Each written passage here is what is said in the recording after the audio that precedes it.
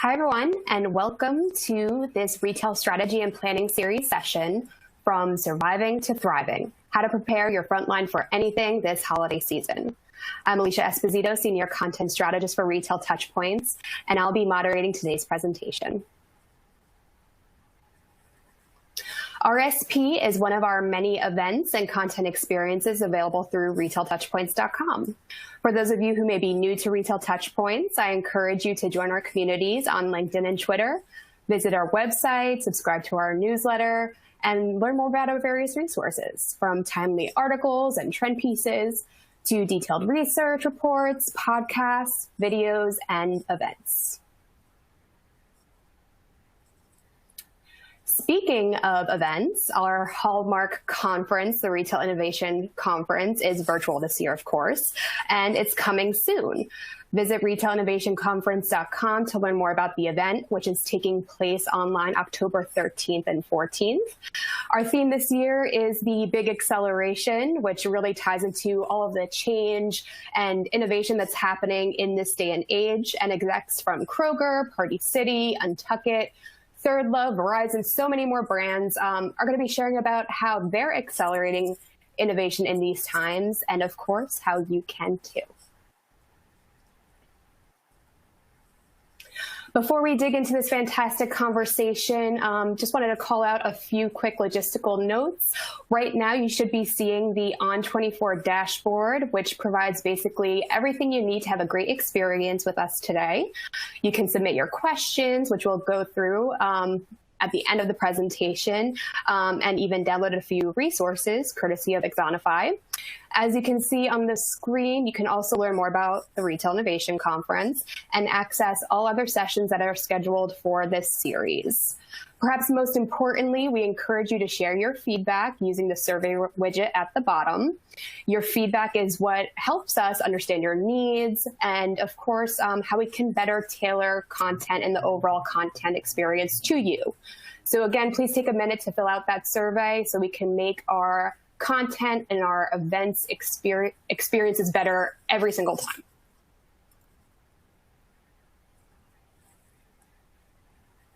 Just a quick note that today's presentation is slated for about 35 to 40 minutes with time for questions at the end. If for any reason your questions aren't answered, don't panic or worry too much. We'll make sure our team bridges those connections and you can have those follow-up conversations with our fantastic speakers today. With that, I'm going to share a little quick insight into their knowledge, their expertise, and their experience, because we have two very impressive folks speaking to you today. First, we have JD Dillon, who is the Chief Learning Architect at Axonify. JD is an expert on frontline training and enablement, as well as one of the most prolific authors and speakers in the workplace learning community. For 20 years, JD has worked in operations and talent development with some of the world's most dynamic organizations, including Disney and AMC. In his role at Axonify, he builds technology, content, and services that enable frontline employees around the world to do their best work every day. Next, we have Carol Leaman, who is the president and CEO of Axonify. Carol is an award-winning thought leader with an impressive track record of successfully leading tech companies. Not only is she a disruptor in the learning space, but she's also the brains behind the Axonify Learning Solution. Prior to Axonify, Carol was the CEO of PostRank Inc., a social engagement analytics platform that she sold to Google. Super impressive. Carol is a celebrated entrepreneur and trailblazer whose articles appear in leading learning, business, and technology publications. So again, our speakers today, I think, are really going to dig into a topic that is very much top of mind for a lot of our retail executive readers and listeners. The store experience is evolving so rapidly, especially in this current climate, and the holiday season is what really helps that in-store experience come alive. But now we're kind of operating in a new context and through a new lens, so to speak. So with that, I'm going to hand it off to JD, who's going to kick things off.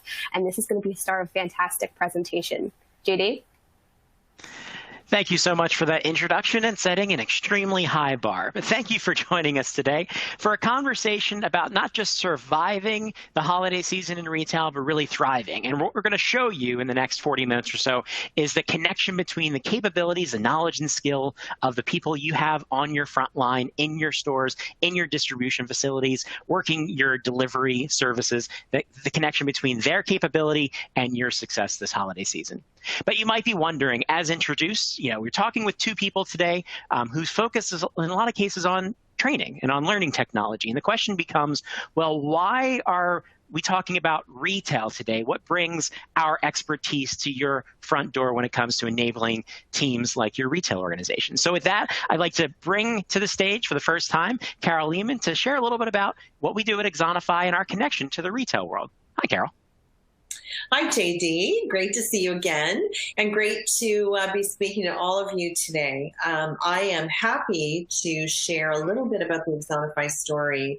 And really, it started 9 years ago, rooted in our very first customer, who was a large specialty retailer based in the U.S. And when we were working with that retailer, the objective was to really change training and become transformational in the way that they delivered it, the engagement that they got with it, and then the business outcomes that resulted from a change in behavior, actually, that resulted from knowledge growth. So we built a solution that really took a completely different approach to training for that retailer and the associate, and made it fast, made it fun, made it accessible on any device, anywhere. That associate had 3 minutes a shift. And it was such an engaging experience that those associates ended up having 95% voluntary participation multiple times a week. And the best part was that retailer saved literally tens of millions of dollars resulting from the behavior change that came from those associates doing the right things on the job. So we took that very first use case and then translated that into what exists today, which is a robust platform focused on the front line, many, many retailers who are delivering daily knowledge and information to the associates that is, in fact, changing behavior and getting very, very measurable and significant business results. So we've created a learning experience people want to have, and they do it, and they learn, and the business benefits in a massive way. Awesome. So what we hope to do today is share our experience, our insight, and our stories over several years in working with millions of frontline associates in retail environments to help you solve one major problem or answer one important question. And that is, how prepared are you for the upcoming holiday season, given how critical we know it is to overall retail success, but especially in a disruptive and challenging time like we're facing right now.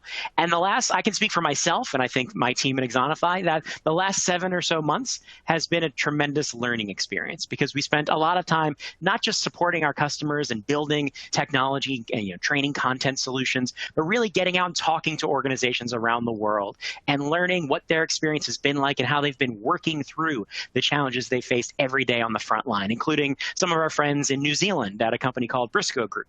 We're learning great insights into what is actually working and how organizations are facing a challenge that we're all facing together worldwide, but we're facing in different ways or dealing with different circumstances based on where you operate, what local regulations may be, and how you're having to adjust your business in order to, some cases, keep the doors open or maybe even transform in a more broad way so you can gain success as you move forward in a very unique time.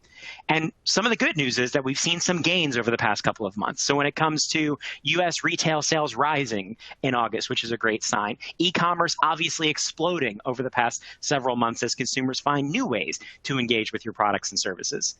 We still see a level of hesitancy, even though it is getting better, that people are still wary about feeling safe going into a store. So the question becomes, how do we adapt our offerings to meet that reality and that concern? And obviously, how do we do it quickly? Because the holidays are rapidly approaching and there's only so many days left until Christmas, according to what the calendar says.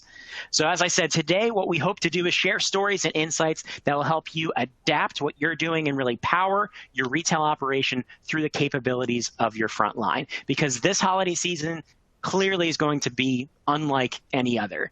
From the continued focus on health and safety, not having those kind of reliable experiences, whether it be rushing through the door on Black Friday or packed malls as we get closer and closer to the holidays. The reduction in leisure shopping. As we said, people are very selective about where they go and when they go and what they're willing to do and how they're willing to engage in a shopping experience.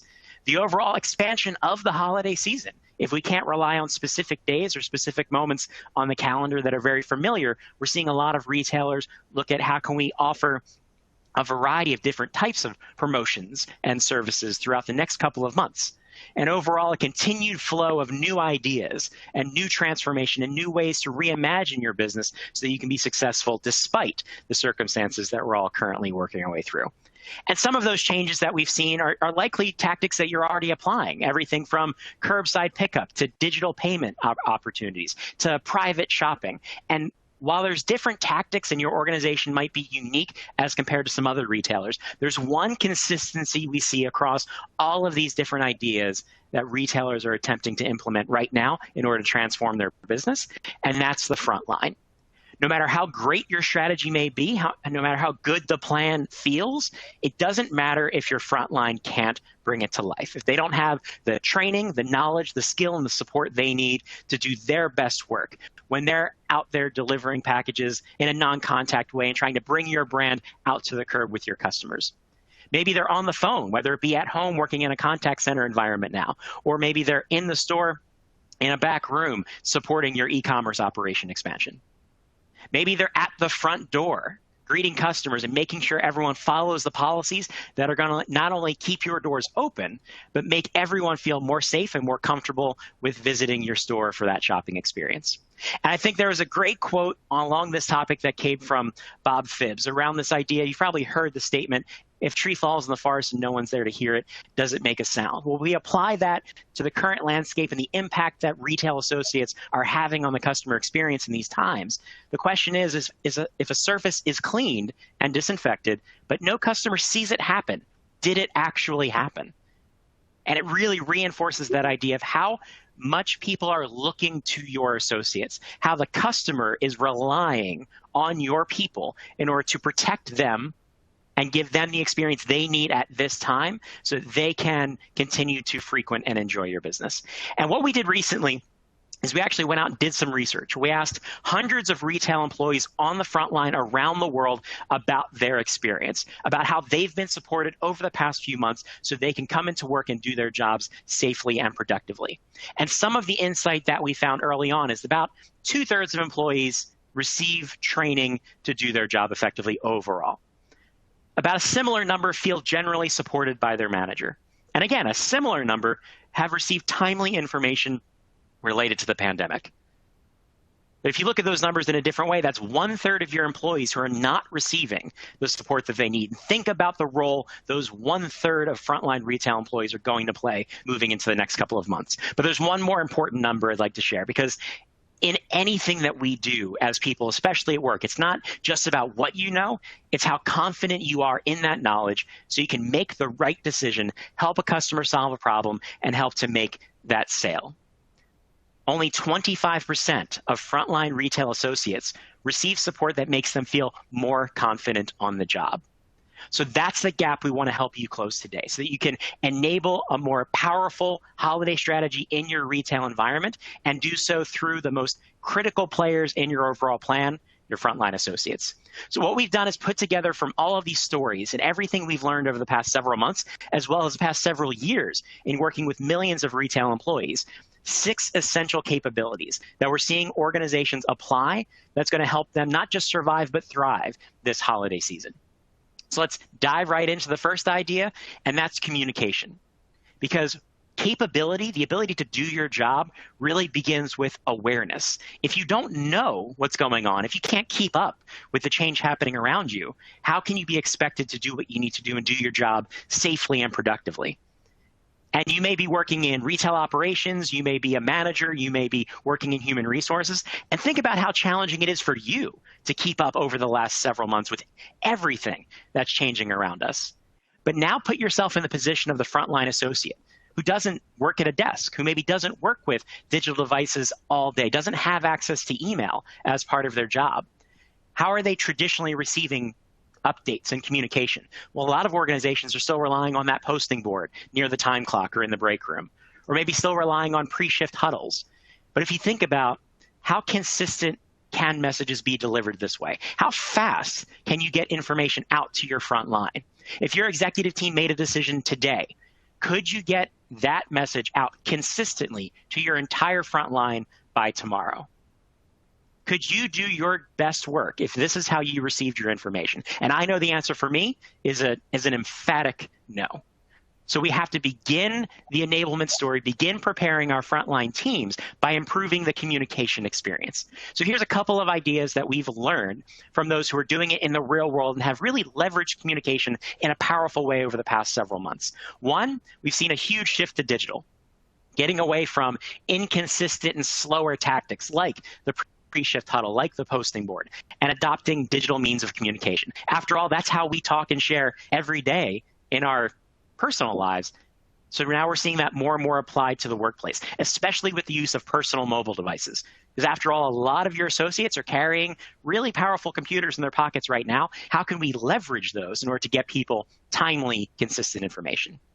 We're seeing the simplification of communication. It's not about providing people a social media feed or, a wall of different types of information. It's just getting the right information to the right people at the right time and really focusing that broadcast of information and not forcing people to sort through information to figure out what's important.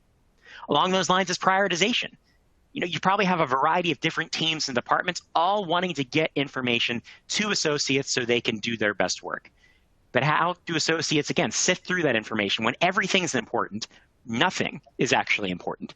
So we're seeing teams work together to better prioritize how they communicate to the front line and get just what people need when they need it out in a consistent and digital way. And they're also seeing improved documentation, not just sending a message or telling someone something one time and expecting them to always remember it, making sure people have a place to go to find that information, to pull that information back again. Another reason why digital is such an important part of the puzzle, so they can always have access to that critical information, not just that one time that you sent it a couple of weeks ago.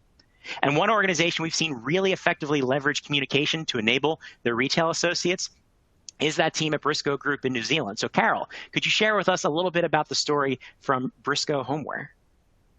I'm really thrilled, JD, to share the Briscoe story because they are a shining example of this first capability you've just articulated so well, communication.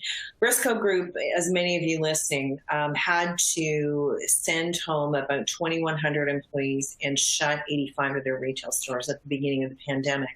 And like many of you, had the real challenge of how do we stay connected to the team and keep them informed of everything we want to keep them informed of so that they have peace of mind. Add to that, Aston Moss, their HR director, made a really early commitment to look after the team, which meant keeping them on full pay. So there was a significant cost incurred in wanting to keep those individuals connected to the organization without really knowing how long this was going to go on and when it would return to normal. So the good news is Aston had done such an incredible job of establishing very high participation with learning prior to the pandemic. In fact, 94% of the Briscoe's employees were logging into training 2 to 3 times a week.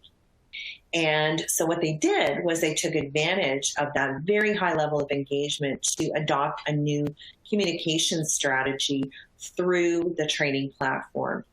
So he began to use broadcast messaging to remain in touch with the workforce and focusing on communications around the pandemic, what was going on, what they were doing as a business, what they wanted their frontline to do in order to stay safe and well. And they really did take a multifaceted approach. Messages were informational. They were inspirational, updates about the company, messages of hope and solidarity. And they also have Briscoe's brand ambassadors that include things like famous athletes and chefs and fashion designers. And they got those individuals to deliver personal wishes to the employees to keep them safe and well and motivated.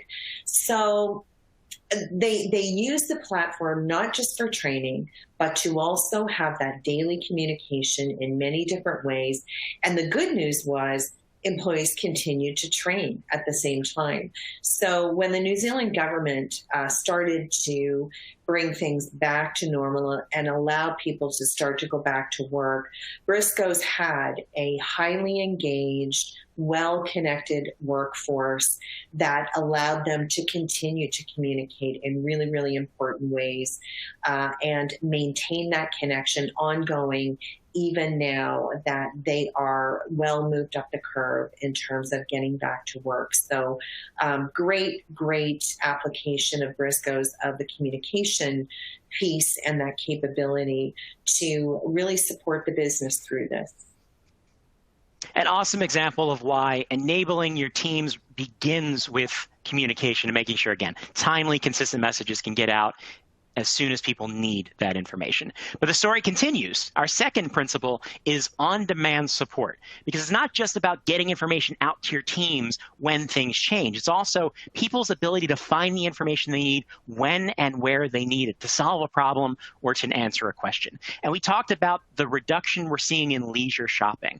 People are really valuing efficiency of experience. I'm able to get in, get what I need, and get out so I can feel safe as a customer within the store. And a knowledgeable associate before this year was already a huge differentiator for shoppers in a retail environment, but now it's on another level. So the question here is, can your teams, can your frontline associates answer those questions and find the information they need in order to solve problems in the flow of work every day? Can you differentiate your retail experience based on the efficiency of your teams and how your people are able to leverage that information to answer those questions when they arise? So a couple of ways we're seeing retailers change the way they handle information so people can get to that timely support. And it really builds off that communication and that digital story that we're seeing retailers develop, with one, making it a frictionless experience so that people don't have to go hunting for information, don't have to rely on, asking the person next to them. They can potentially leverage, in many cases, their own personal smartphone in order to find that information in a quick way, just like we would do in everyday life. Making it a searchable experience. If you have a really thick handbook or product guide or the binder that's sitting behind a counter, you can't easily sift through that information to find just what you're looking for to answer that question. So making it a more familiar experience where you can search and find just what you're looking for. Updating the information consistently.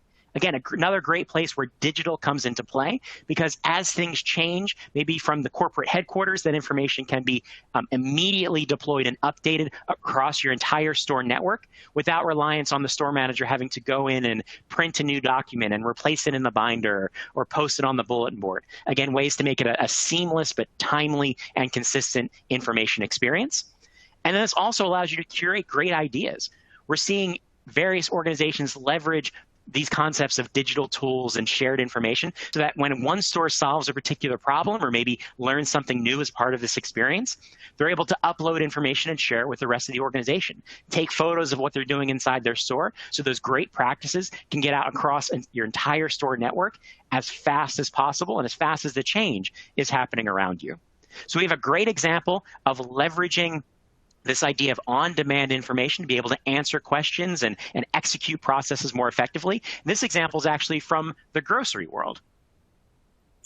Yeah, this is another great example, JD. Southeastern Grocers, for those of you familiar with this particular organization, has done an amazing job of transforming their operations over the last 5 or 6 years. And, as many of you know, in the grocery world, a big part of working in a grocery store is being able to access the right information in the time of need, in that moment, especially for departments where topics like food safety and preparation are incredibly important. And SEG, like many other organizations, had information locked in binders in a back room, difficult to find. You had to get a printer to print stuff out.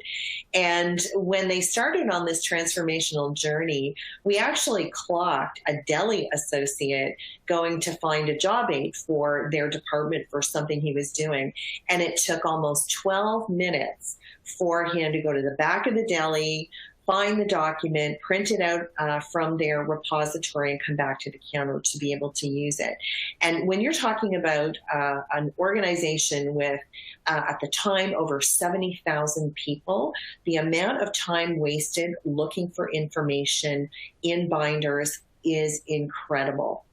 So they went digital, moved all of their job aids online. And one of the biggest benefits is that now they can have things like pictures of cakes and pastries that they're making, for example, in the bakery. And those associates get a really, really crystal clear view of what it is that they're supposed to do. In 2 clicks, 10 seconds, it's accessible. So they now have about 300,000 page views every year. And everything's posted in a way that is super easy for the associates to access on a variety of devices. And JD, the most interesting thing, and I don't know if you knew this, but I did not know this, deli scales can be web enabled. And so instead of that 12 minutes to walk to the back room now, their deli associates basically hit the screen on the deli scale and find exactly what they're looking for in a matter of seconds. So huge kudos to SEG for that transformational effort and making that information very, very easily, quickly accessible, up to date to every associate across their network. Awesome example. And again, when you think about how critical efficiency is now and how customers are looking at it as a clear differentiator in the current environment, that ability to find information where you're positioned as part of your job and not leave your position for 12 minutes to go find an answer is a critical part of building brand loyalty and bringing your customers back. Now let's continue the story. We've already talked about how to get timely information out to your people, how to make sure they can find the information they need to do their jobs. Now we're going to talk about behavior change, helping people do their jobs more effectively, more consistently, more productively as their roles continue to evolve based on the needs of your business. So this is a newer idea in the retail environment in many cases called reinforcement. And if you think about it, how long have some of your associates been doing their jobs a particular way? Or how long have your stores operated in a particular manner? And now, over the last several months, things have changed considerably. But part of the challenge there is that we as people often don't change as fast as the change around us. It's not as easy as just telling someone to do their job differently when they've built habits over the course of months or years on the job. So the question really becomes, how can you make those important, essential, critical new job behaviors stick to make sure people are doing the right things at the right time and not sliding into old habits or making mistakes that are going to cause major problems for your teams, your stores, and your customers? So this idea of reinforcement, it relates to practice. Again, think about some of the greatest performers in the world, greatest athletes in the world. They don't stop practicing when they get good at their job. They keep honing their skills. So how do you get your retail associates more practice so they can, again, build those habits that are going to make them successful? And I know everyone's busy. Your store teams are extremely focused on delivering great customer service and keeping your customers safe. So we're not talking about a lot of extra time or pulling people out of the operation for additional training. We're actually just talking about a couple of minutes a day. So what we're seeing retailers do is adopt this mentality of how can we leverage just a couple of minutes of practice, a couple of minutes of reinforcement in order to help people remember the right things so they can make the right decisions on the job. They're, again, leveraging different types of access points. So rather than move people into the back room for long training sessions, it's about leveraging those smart devices, leveraging those deli scales, or leveraging those point of sale systems where people are doing their jobs so we can bring practice and reinforcement directly to them and not force them to walk away from their job. We're not talking about training on everything or completely retraining people on how to do their jobs. We're talking about focusing on those top priorities. So whether it be how to engage people while wearing a mask, how to maintain social distancing within your environment, new products or promotions that you're releasing as part of the holiday season, focusing on just those critical elements so people have that right knowledge top of mind. And giving people an ongoing opportunity to practice and hone those skills. That's how you get good, through repetition, through reinforcement, through practice and feedback. And while it may sound like a new idea, it's something that you can do, and we're seeing a lot of retailers do in just a couple of minutes every day as part of the working experience. And we have a great example now from the logistics and distribution side of the retail world about the power of reinforcement in just a couple of minutes a day. Thanks, JD. Again, Walmart, many of you would know, has just a tremendous, world-class, in fact, safety culture, and are always looking to next level the things that they're doing to keep their employees safe. And so they were looking for a way to improve retention of critical safety topics in their distribution center network, and to be able to predict, use data to predict at-risk behaviors.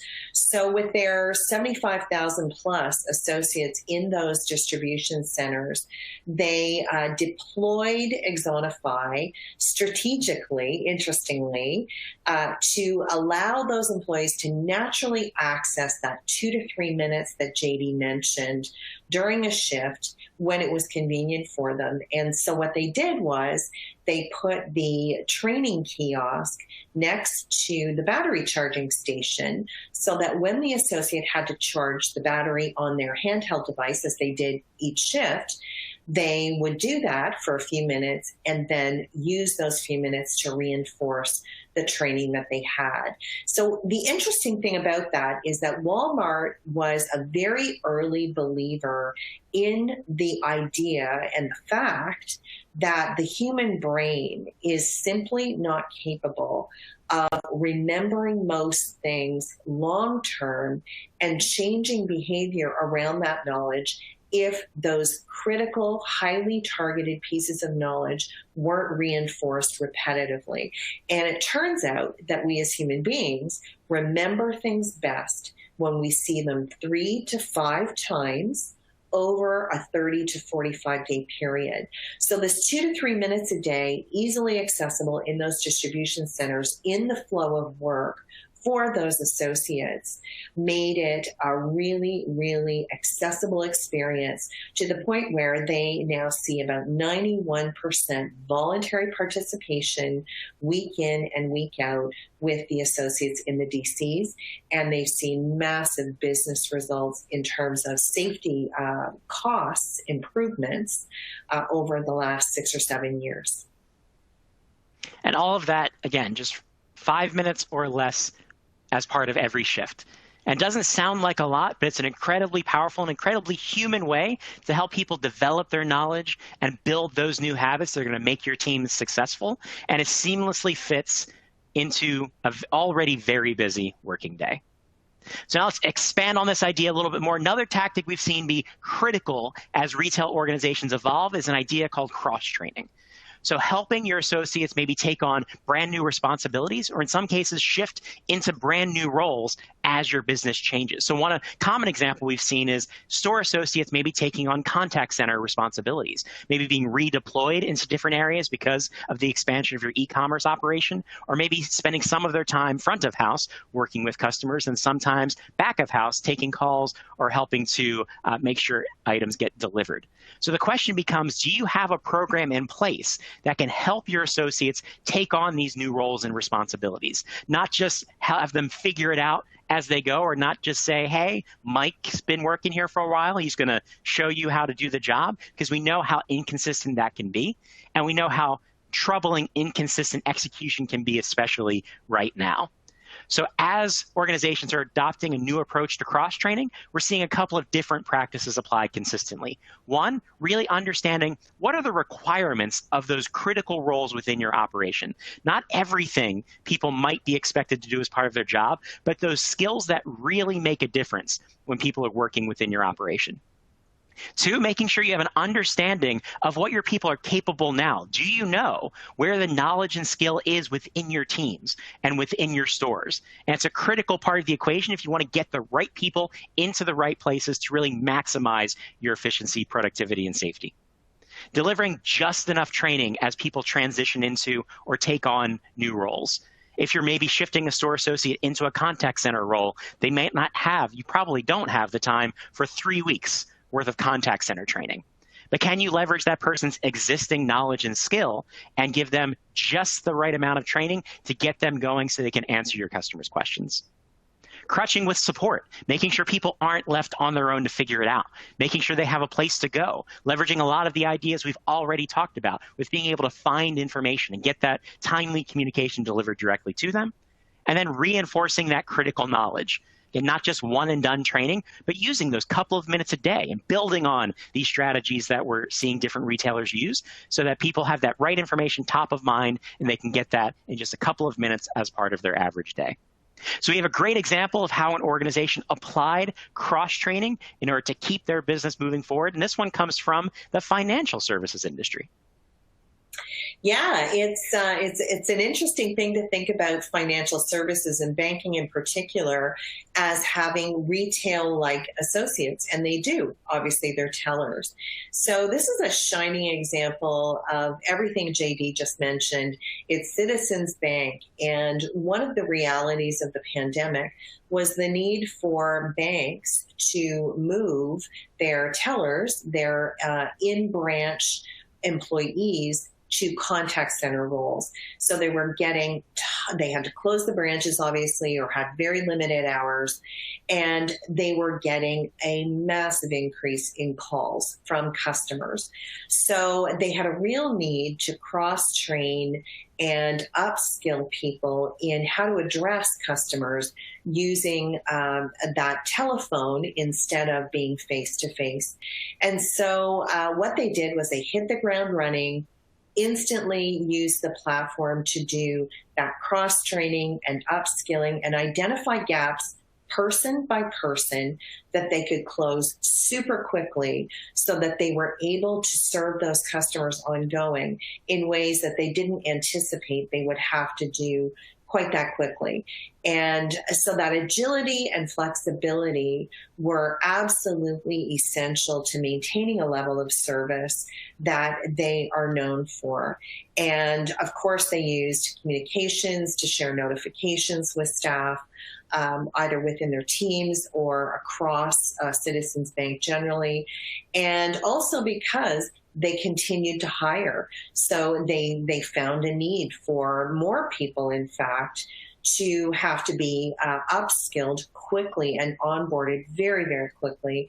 They were able to do that using guided learning and do it remotely very, very effectively and efficiently for those critical information needs that were going to allow them to continue to serve customers through the pandemic almost overnight. So another great example, JD.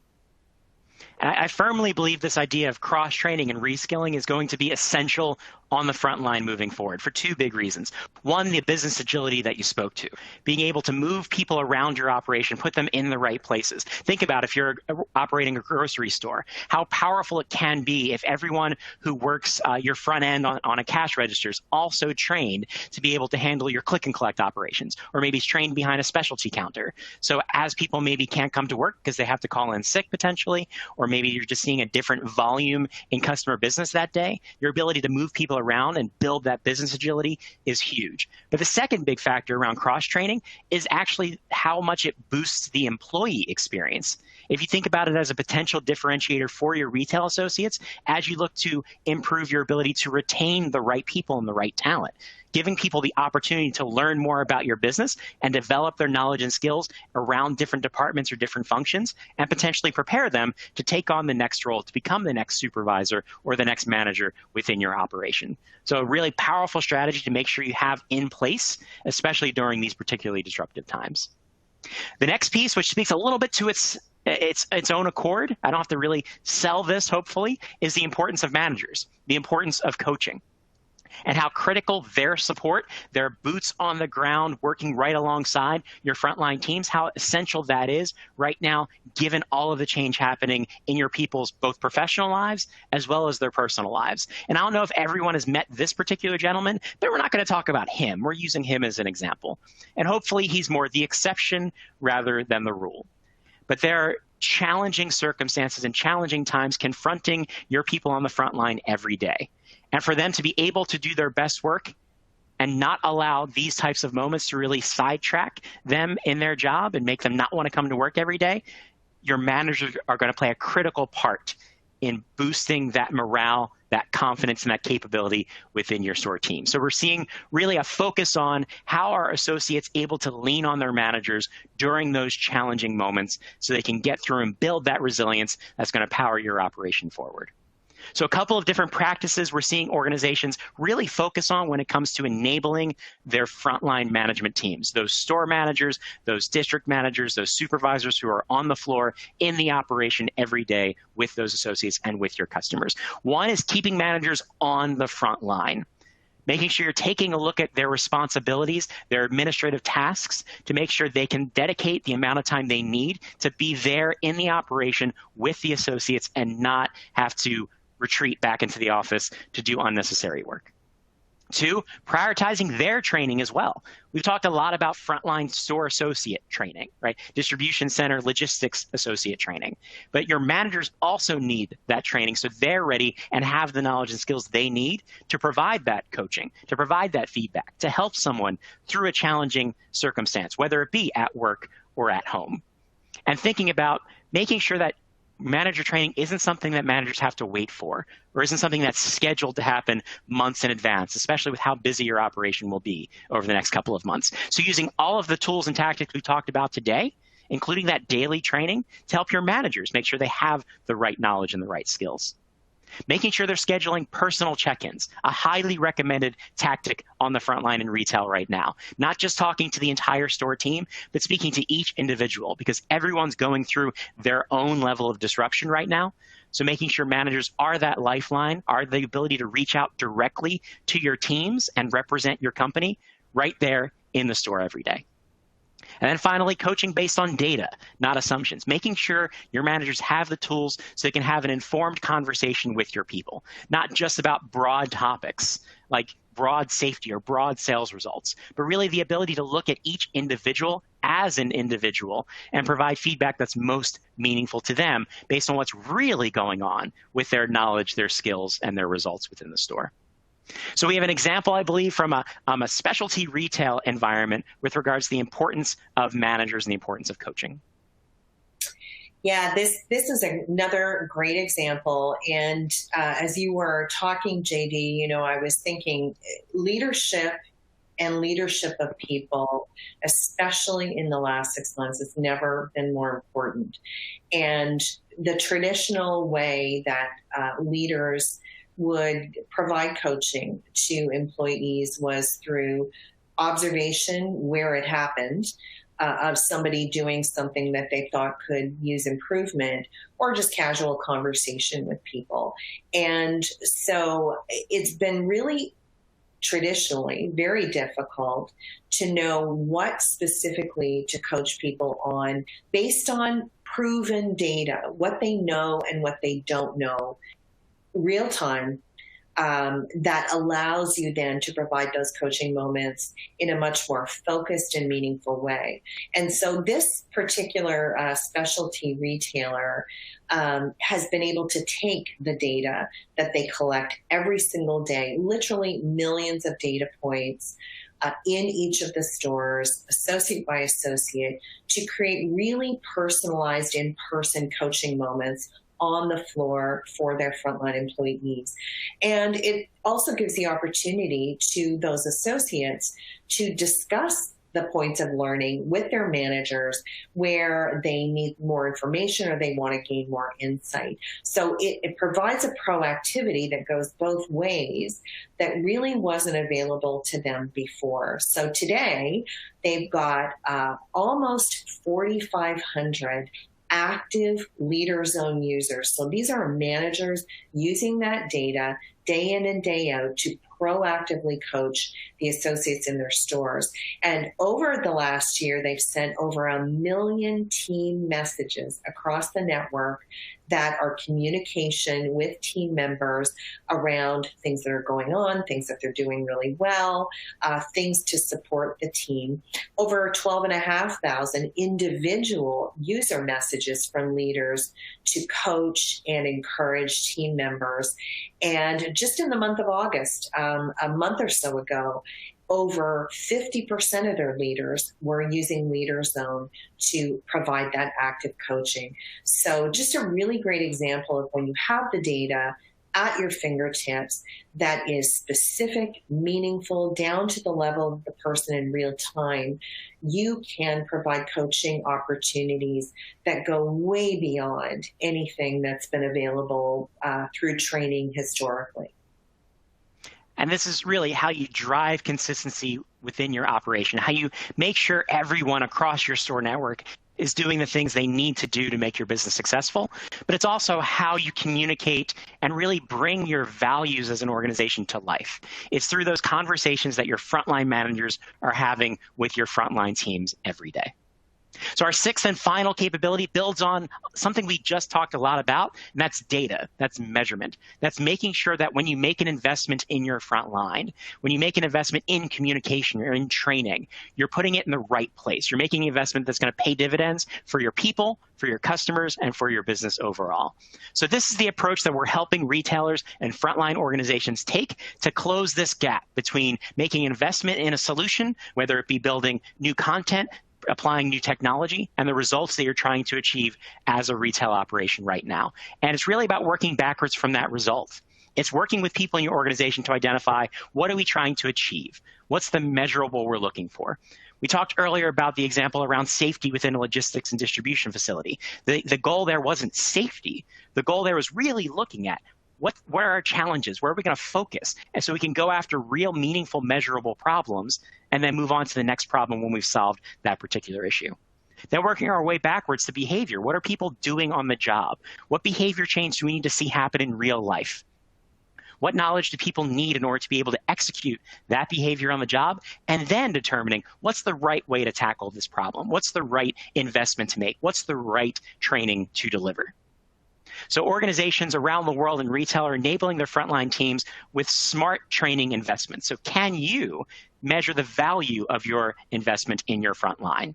So we're seeing organizations, again, use ongoing training to measure that knowledge. Those couple of minutes a day, the way people are engaging with the resources that are distributed through communication, really giving us an understanding of what people know and what they don't know at any given time.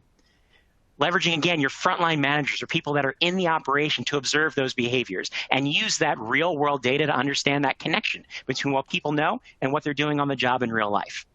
And then connecting that to the results that we see, those KPIs, those customer satisfaction scores, those sales results, those safety results, near misses, these types of ideas to really connect the dots and prove the value of your investment in your frontline and how they're able to drive you forward. So one last example, again, from another specialty environment about the power of data and measurement when it comes to enabling frontline teams. This example, JD, is actually the most exciting for me from the point of view that it involves data and machine learning, two of my favorite things. So this specialty retailer is actually the largest in their category globally, based in the US, and they have a network of stores, but also many, many thousands of resellers who sell their products across the globe. And one of the things that they were really trying to drive was sales, obviously, and to understand how knowledge about their products that were being sold by their corporate stores, but also their resellers, was impacting those sales of products. And so the ability to be able to know real time exactly what people knew around products, around sales techniques, around anything that they felt was going to enable more sales, and having that data in such volume that they could apply the machine learning model to it, allowed them to specifically tie the knowledge of the learner to those sales results in a statistically significant way, to the point where they were able to clearly demonstrate that knowledge was driving, in fact, millions of dollars of additional sales a year, because they were able to then change what was being trained on very agilely, or in an agile manner, so that they were closing knowledge gaps that existed to boost sales further. So this fully enclosed system of training, collecting the data around what people know and don't know in volume, applying machine learning to it, and your business results allows you to have a full perspective on exactly what knowledge is in fact driving those business results that you're targeting. And this retailer is an amazing example of when you have those tools and capabilities, you can actually then focus your learning, prove the value of learning, change what you're training on if necessary, and have executive conversations around how you in fact impact the business through the knowledge of your people. And that's exactly what this organization is doing, and reaping, as I mentioned, millions and millions of dollars a year in additional sales. And it's really, with so many things changing around us, so many potential competing priorities, it's that much more critical to make sure that you're putting your investment in the right place and that you're applying solutions that you know are actually making an impact. So those are the 6 components of our Frontline Retail Performance Framework, making sure you can get communication out quickly and efficiently and consistently to your frontline teams so they have the awareness to be able to do their jobs effectively. Supporting on-demand performance, make sure people can find that information to answer that question, to make sure they're operating efficiently so you can differentiate your retail experience through efficiency. Making sure people can adopt new behaviors and change those habits through ongoing reinforcement in just a couple of minutes every day. Making sure you have cross-training in place, so as people take on new roles or new responsibilities, the support is there to make sure they can get started quickly, make that transition effectively, and do what they need to do to support your customers.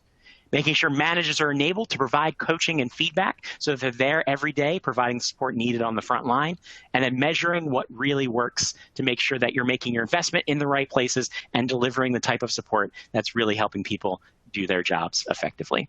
Because again, it's a very different year, but it's also a very different holiday season that we're all heading into.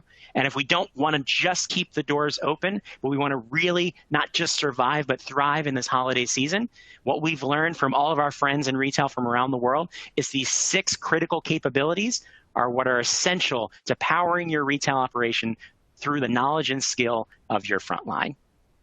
So that's our story today. If you want to hear more frontline stories, especially with various folks within retail operations of how they're seeing incredible business results through the capabilities of the frontline, feel free to subscribe to our podcast, The 80%, the only podcast that focuses on the frontline story. And if you want to dig into more stories from retailers from around the world who are applying the different types of tactics we talked about today, head over to Axonify.com and you can learn more about the work that we do and the solutions that we provide for retail organizations just like you.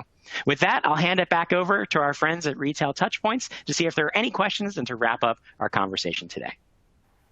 Wow. JD, Carol, thank you both so much for sharing such depth and insight, not just the best practices, the to-dos, but actual examples, because I think right now that is what's really needed. I think folks want to see what's working, what isn't, and most of all, how they can move forward. I do want to try and squeeze in a few questions. I know we're a bit over time, but again, this is such a fascinating topic and there are so many layers to it.